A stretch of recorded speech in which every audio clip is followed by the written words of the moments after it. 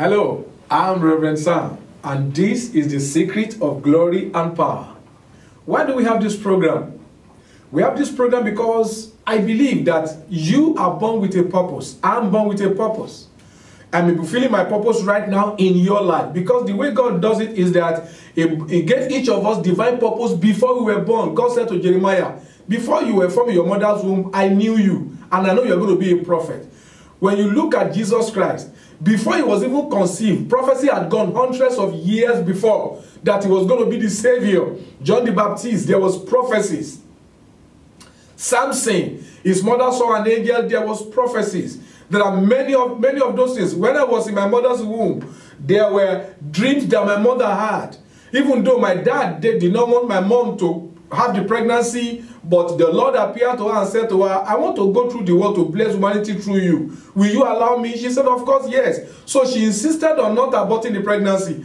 And lo and behold, you are looking at the baby that was in her womb right now. I became the one that God put in her womb for a divine purpose. Some other people, it may be to do other things, like the guy that invented light, like many other things that are invented, you know, those Kentucky Fried Chicken, the guy that invented it, some recipes. Maybe you are watching me right now and you have some ideas, maybe some formulas that can be of benefit to this world. That may be the power that God has given to you, but you don't know how to go about it. And that's why God said to me, I want you to share the secret of men with these people that will listen and watch your program, so that they also can be encouraged that there's a future in their life and that they will not give up. So I want us to check the story of two women. So I dedicate today's telecast to women. Two women. One of them is in the Old Testament, one of them is in the New Testament. I want us to check their stories, because you see, many women have a lot of bad stories about their life.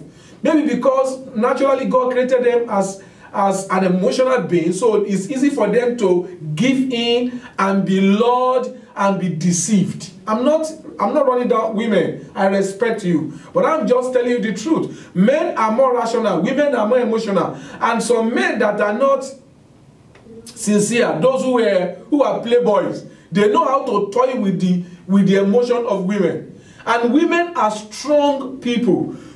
Especially when it comes to their children, they can go through anything for the sake of their children. And I release my cap for you, all women watching this program right now. But I want us to check the story of this woman. Her husband died a debtor, and she doesn't know what to do. I want us to go into the story straight, because I don't have much time. We are told in verse 1 that the wife of one of the sons of Elisha. The woman said, your servant, my husband, is dead. And the man left debt for the woman. He died a debtor. Now, let me quickly say this. It's not the plan of God for those of us who are in the work of God to be poor.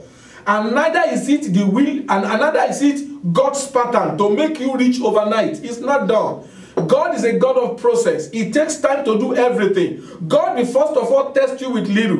When you are faithful with little, He will add more, and then He will add more, and then He will add more. That is the way God operates. But God never planned for anyone that is His servant to die a debtor. Sometimes we are in debt because of our covetousness, because of our decision-making pattern, because we don't listen to counsel. So we took decisions, we signed the dotted lines, and then we are trapped. And when you are trapped like that, you can't blame God. It was your choice, it was your decision, but God can always help you through if you do. Listen, I became indebted to millions of naira because I took the wrong decision at a particular time.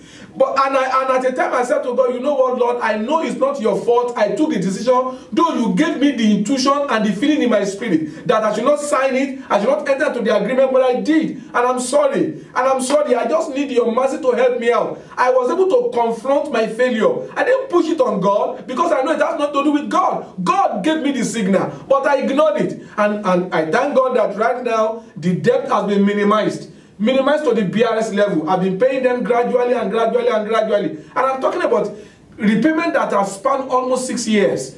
It's very easy for you to make the wrong decisions, and it takes a long time to fix it. But if you are going to amount to anything in this life, don't run away from the people you are indebted to, because in the future, you may find out that this world is just like a sitting room. You will run to them, or you run to someone that know them, and at that time, that person you run to may be the one that's supposed to help you. But when they hear about what you have done before, to prove that you are not a man or woman of integrity, they'll just walk away. But for that reason, don't run from the challenges. Face it and overcome it.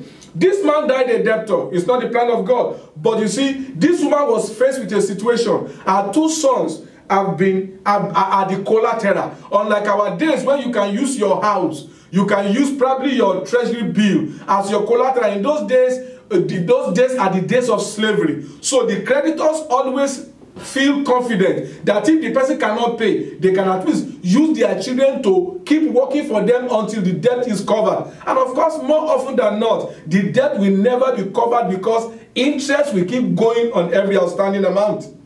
So this woman felt hopeless. And another situation of this woman is that every woman, especially when the husband died, her expectation and her hope is that her children will become great and continue to carry the name of their father. And now, when they are taken away as slaves, the hope is gone. I hope you can see the picture of what this woman is going through. But I thank God because God was able to help her. And I believe that the Almighty God that helped that woman will help you. If you are ready to face the situation, stop blaming the person that brought you into this mess. If it's your husband, if it's your wife, if it's a colleague, if it's any member of your family or someone, stop blaming people for your predicament and your present situation. Face God and ask God to help you. This woman will have probably been going to her husband's family and be raining curses on them and be abusing the mother-in-law and the father-in-law that they born a bastard, a stupid man who was a man of God that does not have integrity. But she decided that instead of wasting her anger on such frivolities, why not go to God? And in those days, not everybody has the Holy Ghost. So she's got to go to the servant of God. And when she went to the servant of God, she got there. And the second thing I want us to learn from this woman is when you look at verse 2, Elisha said to her, "What shall I do for you? Tell me, what do you have in the house?" And she said, "Your servant has nothing in the house except a jar of oil." You see, some people will go to the man of God and say, "My husband was serving under you, now he's dead, and he has a debt, let the church pay it." After all, he used his life to serve you. But the woman was not going to the man of God to go and claim right. She was going to the man of God to seek divine intervention from God. You have to make your choice. He said that you are expecting men to reward you, or to supernaturally come to your aid, or you want God to come to your aid. And listen, as far as I'm concerned, I want God to come to my aid, because no man can do for you more than what they have. But our God has limitless resources. Our God has limitless possibilities. Our God can open doors when there is no door. So I prefer to go to God. And I thank God that this woman, she went to the man of God with the right mind. "Sir, I need God's help." She wasn't saying, "No, my husband served in this church for 25 years. The church boss is supposed to help us to pay." She said, "Sir, I need God's help." And the man of God asked her, what do you have in the house? And the woman said what she had. Just a bottle of oil. And the third point I want to raise concerning this woman is that because her attitude was right, her faith was in God, and she wasn't ready to blame anybody, God stepped in, gave the man of God direction as to what she should do. She went ahead and do it. And you know what? Miracle took place. Let me read the story from verse 3 to verse 7. Then he said, "Go outside, borrow vessels from all your neighbors, empty vessels, not too few. Then go in and shut the door behind you and your sons, and pour into all those vessels. And when one is full, set it aside." So she went from him and shut the door behind her and her sons. And as she poured, they brought vessels to her.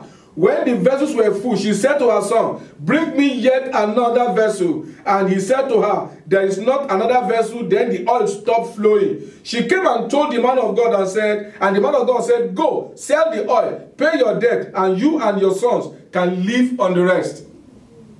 God came in. Look at the beginning of that story. The woman was perplexed. She was in a situation where it looks like there's no way out.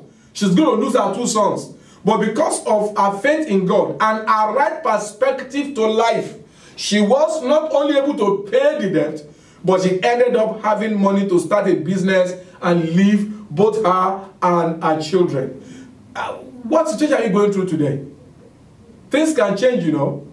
And if you are watching me and you have not given your life to Jesus, I'll let you know this. Jesus is the true source of life. You cannot have life without God. Jesus said, I am the way, I'm the truth, and I'm the life. Nobody can come to the Father except by me. If you want to connect with God, you need Jesus. To give your life to Jesus, call the number on the screen, and then I'm going to speak to you, explain to you what it means, and then we pray together, and I believe God will step into your case, and your situation will be turned around in the name of Jesus Christ. This woman refused to give up, and because she didn't give up, God came into her situation and gave her a testimony. Wow. Our God is still a God that turns situation around. I want us to check the story of another woman again. You know, these women, they are not perfect. They found themselves in situations, probably the husband died, we don't know why the husband died. Maybe it's also woman wahala. Maybe it is because she was thinking too much about the death. But you see, the reason why the problem came is not as important as the way out of the problem. And that's the concern I have with some of my fellow servants of God. They keep telling you the root cause. They keep telling you where the problem comes from. And then they don't give you solution of how to get out of it. But I believe that our God is not a God of just showing you the problem. He's a God of showing you the solution also. And that's why I'm also going to make you to understand that there's nothing God cannot do. Let's go to the second person because of my time. She's called, this woman, we didn't even know her name. But she's a woman that, Lord, we give you praise. In John chapter 4, we have the story of this woman. When you look at verse 14 to verse 16, this woman had 5 unsuccessful marriages. Wow, that's really a lot. This woman had, in fact, 6. Because look at what Jesus said to her.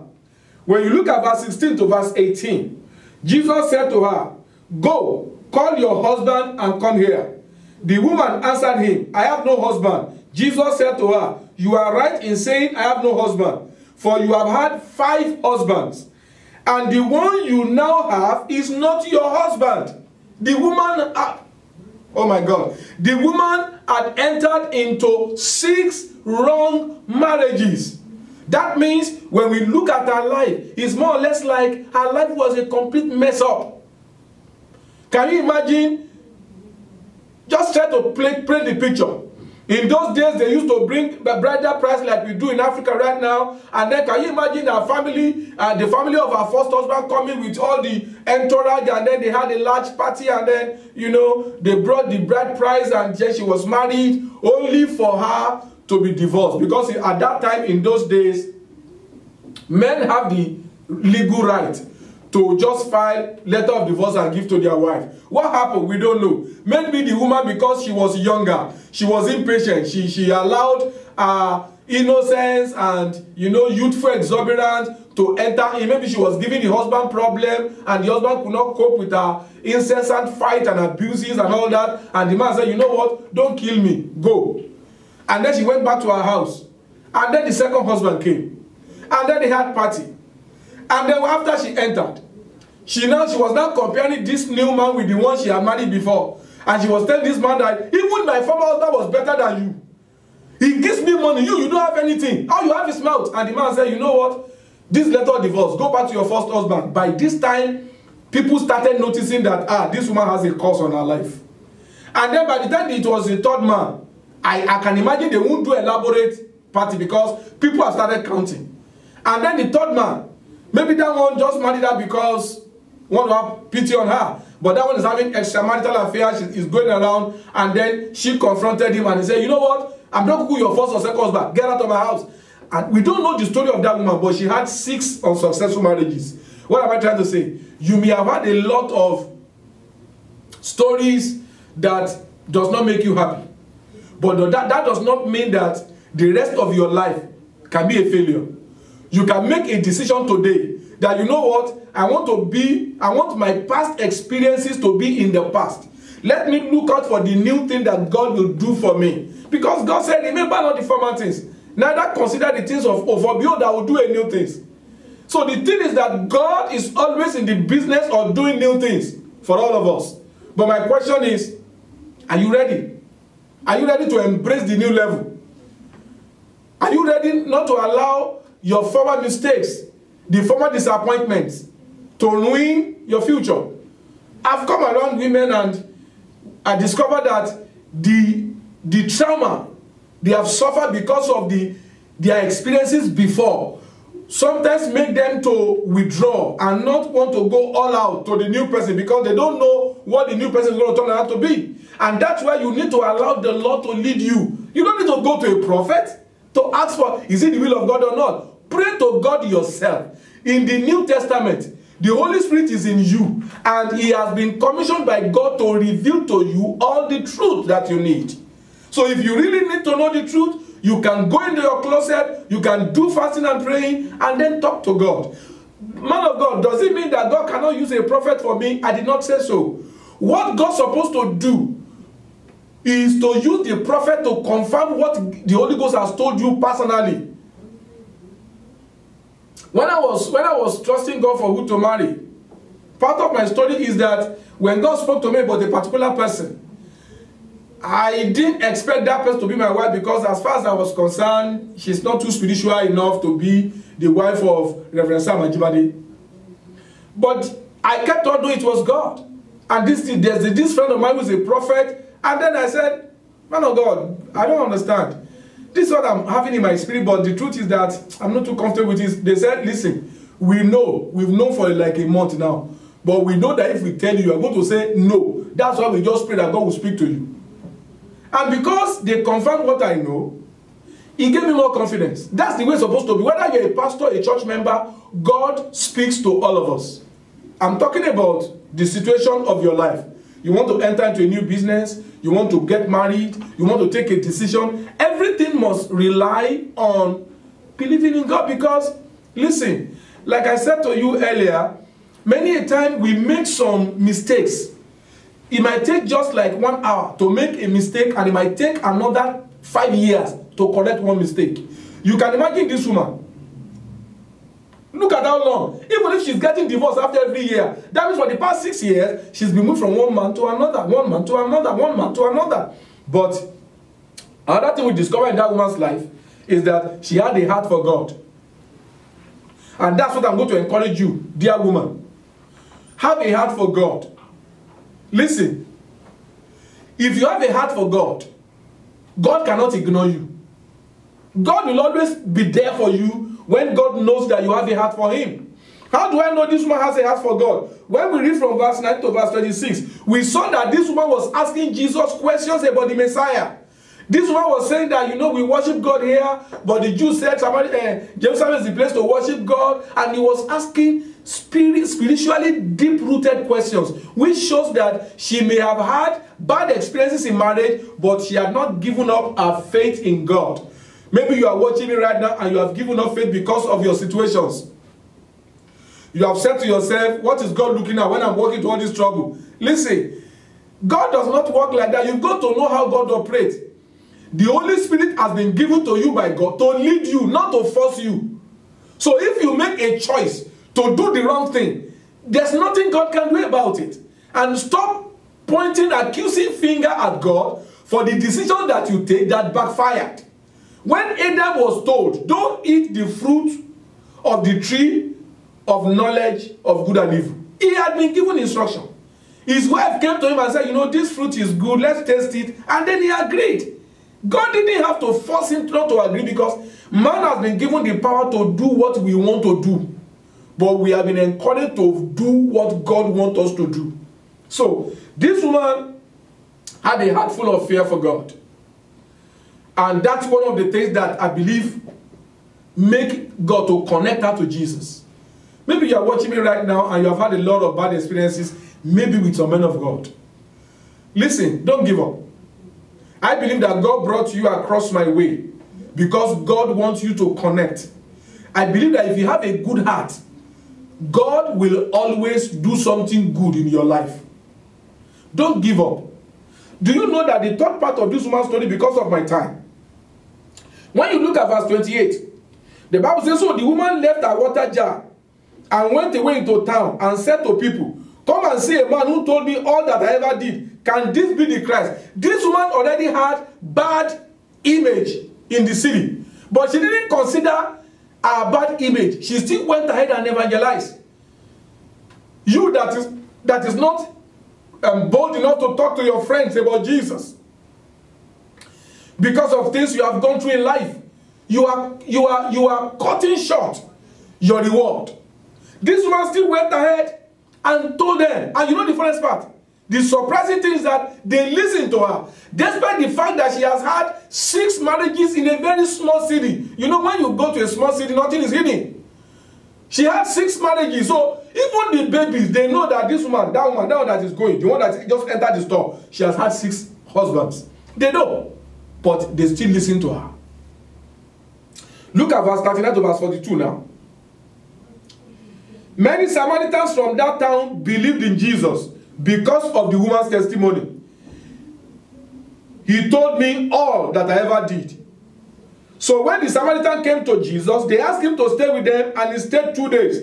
And many more believed because of his word. They said to the woman, it is no longer because of you, because of what you said, that we believe. For we have heard for ourselves, and we know that this is indeed the Savior of the world. Wow. You can make your life to count for God, despite the failures you have achieved in life. And you know what? I want to believe that from that particular encounter and that particular scenario, that woman will begin to have some level of dignity among the people that she had been despised. Don't let the shame of the past keep you in the dark. Come out. Forget about the past. Let the people that remember your past, let them keep talking about your past. I want you to focus at a better tomorrow. You know why? Because those who are talking about your past, they don't know what God is going to do in your future. And the truth is, nobody in this life has ever become great without having a horrible past. God can always help you when you are ready to be helped. But you must forgive those who offend you. You must forgive those people that have hurt you. The people that have led you the wrong way. Maybe somebody has deceived you. He has used deceitful tongue to make you to invest a lot of money into a business that failed. And maybe the failure, they even gained out of it, but you lost. And you felt embittered in your heart. Listen, if you want God to set into your situation, you have to learn to forgive them. And then you have to learn to say, God, I need your help. I have made this terrible mistake, but I need your help. I know that, listen, I have failed in many things in my life. I'm not just a servant of God, I'm also a businessman. I've failed in many things. And I know the bitterness of failure. But I can tell you one thing from my own experience. Don't let your failure drag you down. Shake off the dust.